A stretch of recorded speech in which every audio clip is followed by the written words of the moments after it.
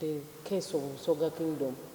We are a kingdom of about 4.4 million people who are domiciled here, and also about 1.5 out of Busoga. So we are talking about subjects close to 6 million who subscribe to this kingdom.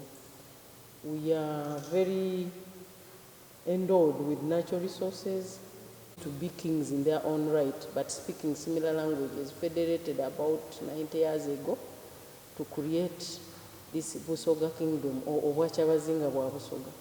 And these are semi-independent, and they have prince and princesses in their different chiefdoms. It's like in the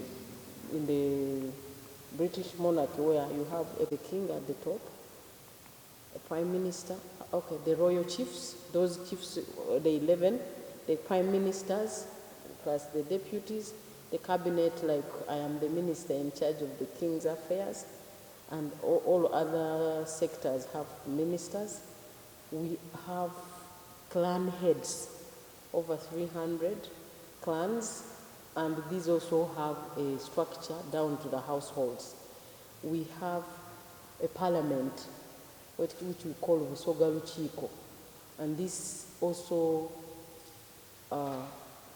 makes sure that it picks issues from the communities and comes here with ideas which they present to the king for action.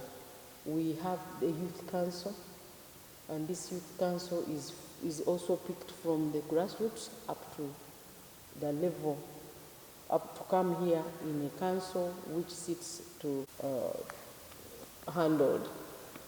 The king's vision for this kingdom is a united, culturally conscious, healthy, and economical goal.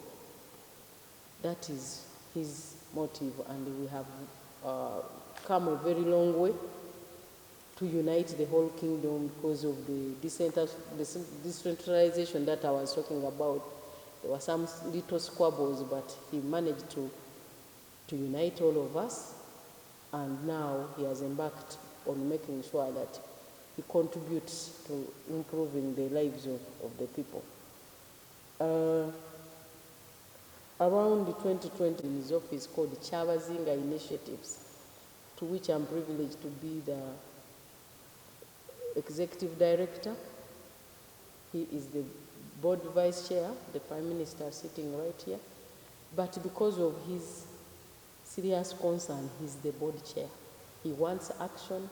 The king himself wants action and wants us to make sure that this organization is run professionally. This organization is operating within to professionally engage the kingdom to be able to contribute and use the platform. Pango, many pillars. This came out of his interventions which have been going on. Through his foundation, we have touched the lives of over 40,000 youths with skilling in vocational skills. We have also had about 15,000 scholarships and bursaries. So because of that knowledge, the UNAIDS and other agencies, the ones that you support together for SRH, recognized him as an ambassador to engage men so that we can curb teenage pregnancies. One of the issues that is very critical in that was that while we were engaging the king, he guided us that in our culture, men are the pillars of homes and what? And our communities. So meaning, he guided that we must call upon the men to be at the forefront of this voice, and also the fact that they are perpetrators. So men are pillars comes from a culturally rooted belief and norm in this place. We have the beautiful Inebant who then asked, how about the women? And in our culture, still the women are the roof. So meaning women contribute and they are very important, and these men are there to support the girls and the women so that community, the home and the family can live together and be sustained well. So we are moving with that, and it is very inspirational to our people because it resonates very well with their culture and traditions.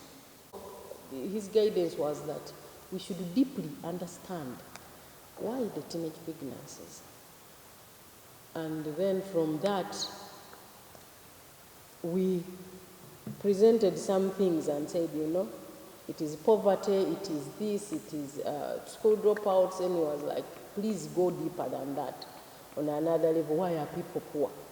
And one of the biggest problems that we found from the preliminary findings is that there is a breakdown of the family and community values that used to entrench responsibility and make sure that children are being, and even making sure that people really do the right thing at the right time. Also, our findings from National Planning Authority is that 70% of the children in Busoga who join primary do not finish primary 7. And about 60% of our youth between 15 and 30 do not have anything they are doing. They are not in school, they are not in employment. It is a big number, and that is where the major problem is. So the king is very, the other intervention is about focusing on some key agricultural products, which will then be both export so that we can sustain them as well as sustaining the kingdom. So in that way, we have been guided by experts that we can focus on doing coffee, cocoa, vegetables, and chicken, plus other livestock animals, because